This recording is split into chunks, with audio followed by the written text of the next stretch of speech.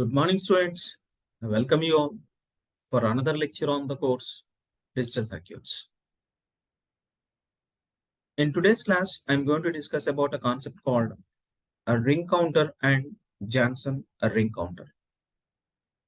Basically, these counters are an application of registers, and the counting sequence of this ring counter and Janssen ring counter is completely different from the asynchronous counter as well as the synchronous counter. But the important thing is this ring counter and Janssen ring counter both are the synchronous counters.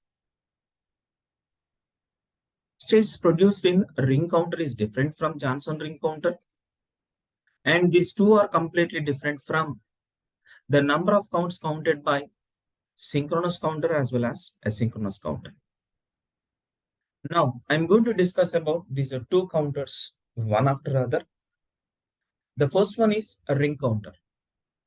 Just now I told you that a ring counter is an application of shift register. Which shift register it is? Basically, that shift register is SISO shift register. That is serial of shift register. The last flip-flop output is connected to the first flip-flop input, so that there is a ring structure was formed between the flip-flops present in the counter itself.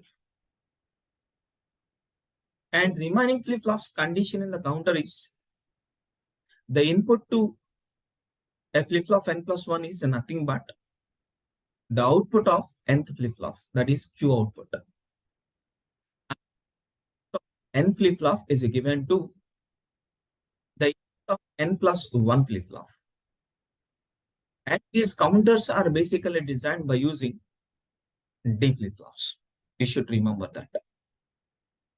The number of states produced by ring counter is depends on the number of flip-flops present in the counter itself.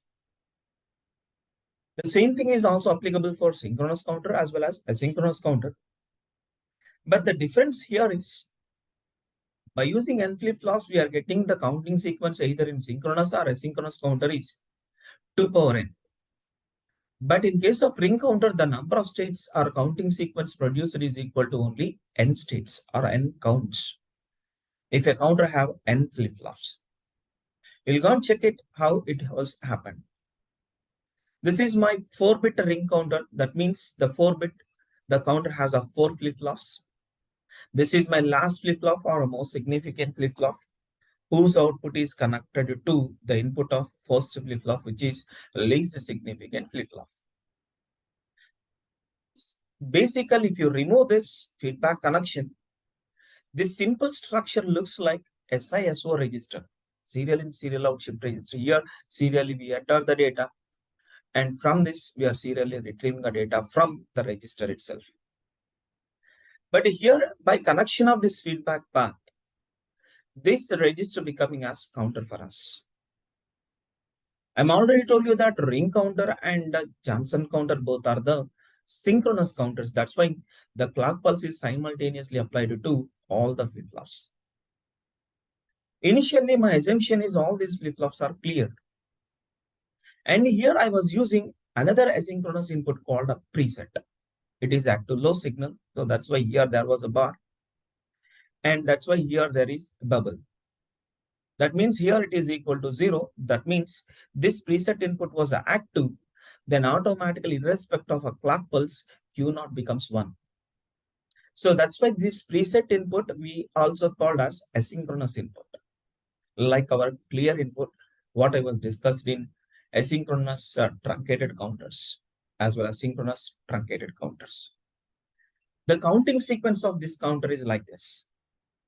Initially, all my flip-flops are clear state. And by activation of this preset, here this Q0 becomes 1. So that this is the initial stage, that is 0, 0, 0, 1. If I apply my first clock pulse, then what happens is, this should be the counting sequence because my preset signal is not active now. So this Q0 is applied to the input of this, so that by applying of clock pulse, it should be reaches to this. But Q2 value 0, Q3 value 0, the same thing is applied to the input of this. So Q0 becomes 0. That means before applying a clock pulse, Q0 1, Q0 1, Q1 0, Q2 0, Q3 0. That should be the cases.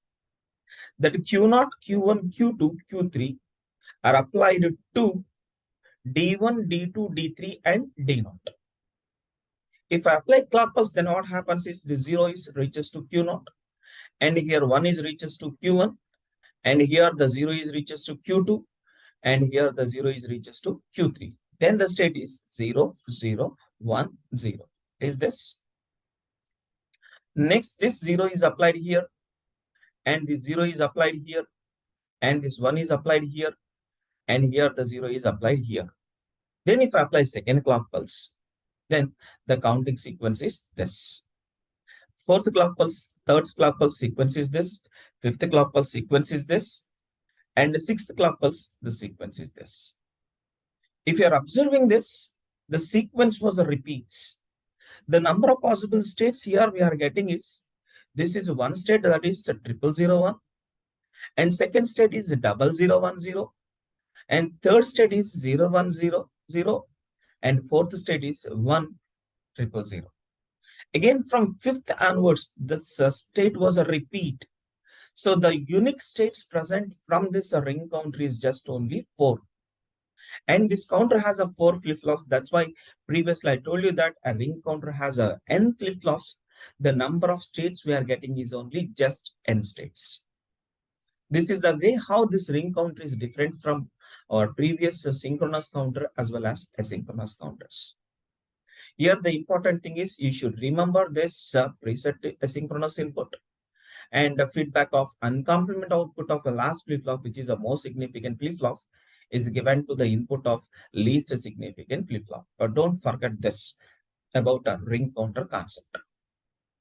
Next, we shifted to another ring counter, that is Johnson counter. The names comes based on the designer of this counter. The designer is Johnson. That's why it is called a Johnson counter.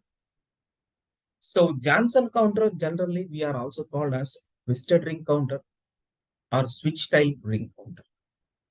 The difference between this Johnson counter and previous ring counter is, in previous case, uncomplemented output is feedback to the input, but here the inverted output, that is complement output of flip-flop, last flip-flop, that is Q bar of the last flip-flop is connected to the input of first flip-flop. Due to this, the important thing is the counting sequence is completely different from what we observed in case of a ring counter.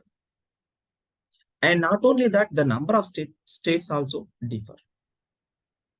Coming to here, the third point is the Q output of each D flip-flop is connected to D flip-flop of the next stage.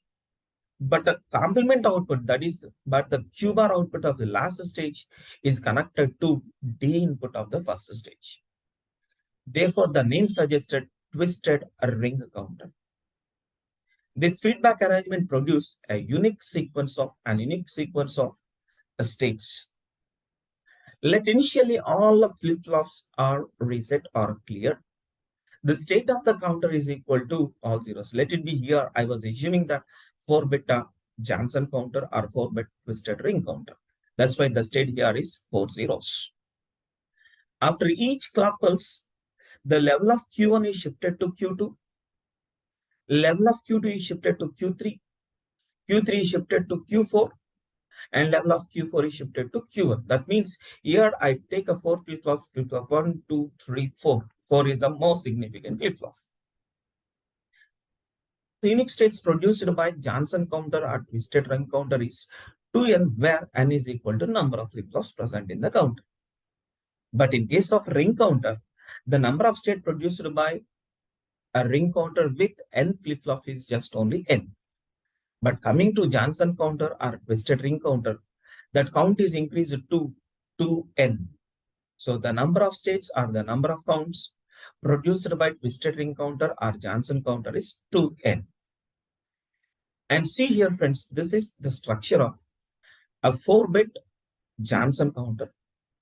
So here the thing is, Q3 bar, that is the last flip-flop complement output, is a fed back to the input of least significant flip-flop or a first flip-flop.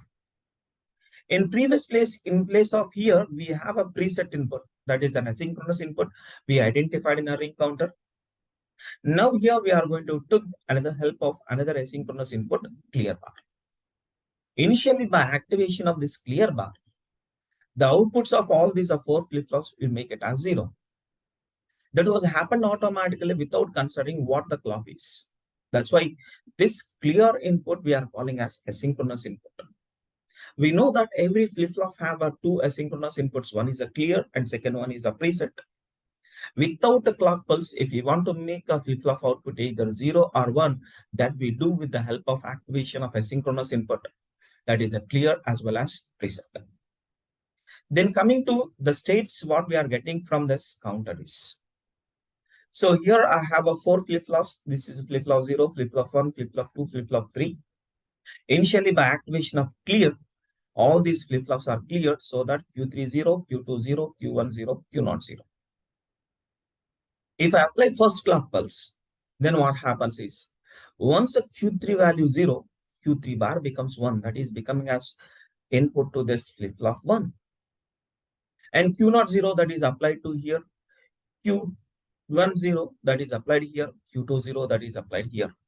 If I apply first clock pulse, what are the one here we have that should be reaches to Q0? Here 0 is there, that is reaches to Q1. Here 0 is there, that is reaches to Q2. And here 0 is there, that is reaches to here. Then what should be a state is Q3 0, Q2 0, Q1 0, Q0 is 1. Before applying second clock pulse, what the inputs? Here that 1 is applied at the input of this. Here the 0 is applied to the input of this. Here the 0 is applied to the input of this. Q3 0, automatically Q3 bar is 1, that is given as an input to this. If I apply the second clock pulse, this 1 is reaches to here. Here the 1 is reaches to here. Here 0 is reaches to here.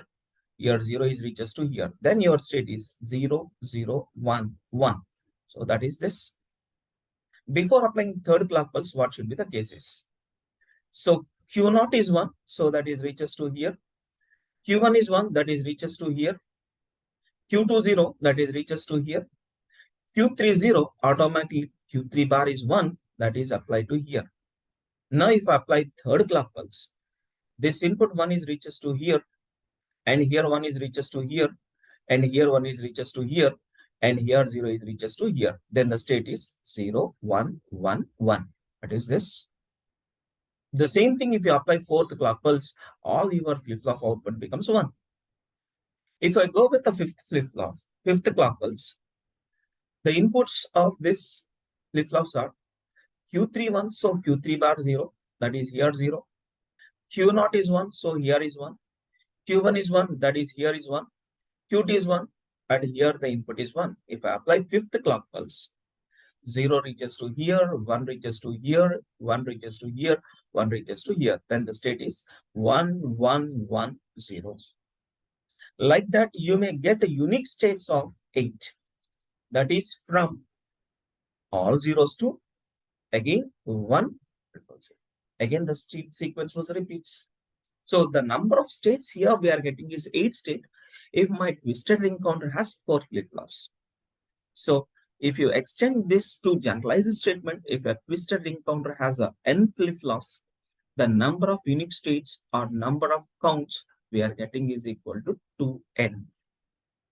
So I hope you understand what a ring counter and Johnson ring counter is. Thanks for patient listening. In the next class, we'll go and discuss about another interesting topic. Thank you once again.